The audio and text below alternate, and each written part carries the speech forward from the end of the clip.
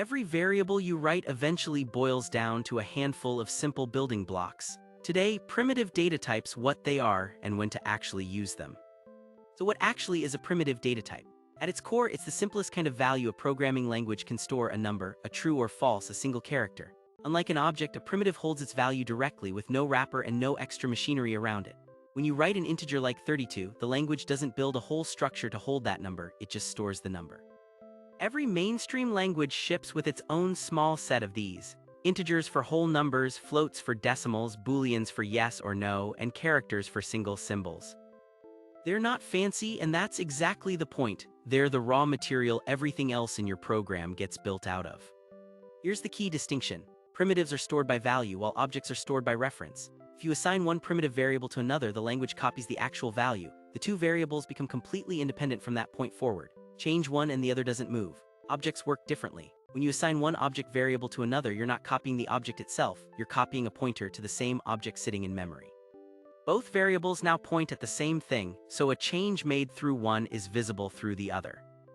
This single difference explains a huge amount of confusing behavior in code, and it's the reason primitives feel so predictable. What you see is genuinely what you get. Across nearly every mainstream language, you'll find the same small family of primitives, just with slightly different names.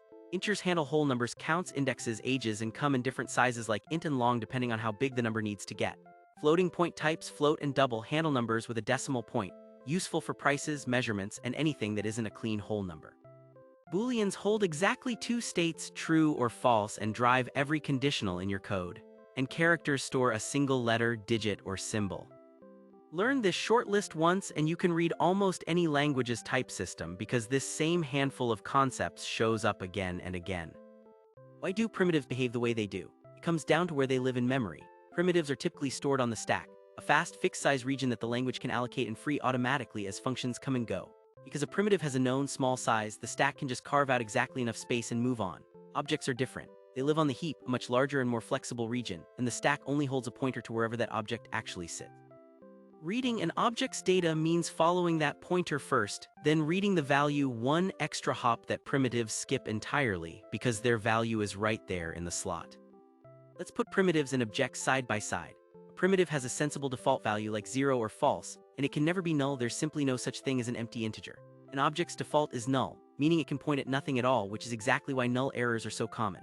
Equality works differently too. Comparing two primitives checks whether the values match, while comparing two objects by default checks whether they're literally the same object in memory. Primitives typically live on the stack, objects on the heap. None of this makes one better than the other, it just means they solve different problems and picking the right one matters. Primitives are fast because there's almost nothing standing between your code and the CPU. Adding two integers is close to a single hardware operation: read the value, add, write it back. Wrapper objects like using an integer instead of an int add real overhead. Every time you box a primitive into an object, the language allocates memory for it, and every time you use it in math, it has to unbox that value back out again. Do that inside a tight loop that runs millions of times, and those tiny allocations add up, plus the garbage collector now has objects to track and eventually clean up. For performance-sensitive code, staying with raw primitives avoids all of that entirely. So when should you actually reach for a primitive? Use them whenever you're doing straightforward math: counters, sums, array indexes, anything in a loop that runs a lot. Use them when memory matters, like storing millions of numbers in an array, where the difference between a primitive and a boxed object multiplies fast. Use them when you know a value will never need to be null, because a primitive simply can't represent the absence of a value.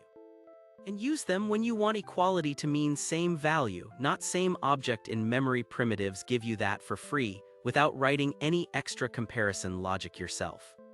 There are times you genuinely need the wrapper instead. If a value might legitimately be absent, a form field nobody filled in, a lookup that found nothing, you need something that can be null, which rules out a raw primitive. Generic collections are another case. A list or map typically needs to hold objects, so languages automatically box primitives to fit them in, like turning an int into an integer to put it in a list. You'll also need the object form whenever you want to call methods on the value, or when you specifically want reference behavior, passing around the same instance rather than a copy. Know both tools and you'll reach for the right one without thinking twice. Thanks for watching.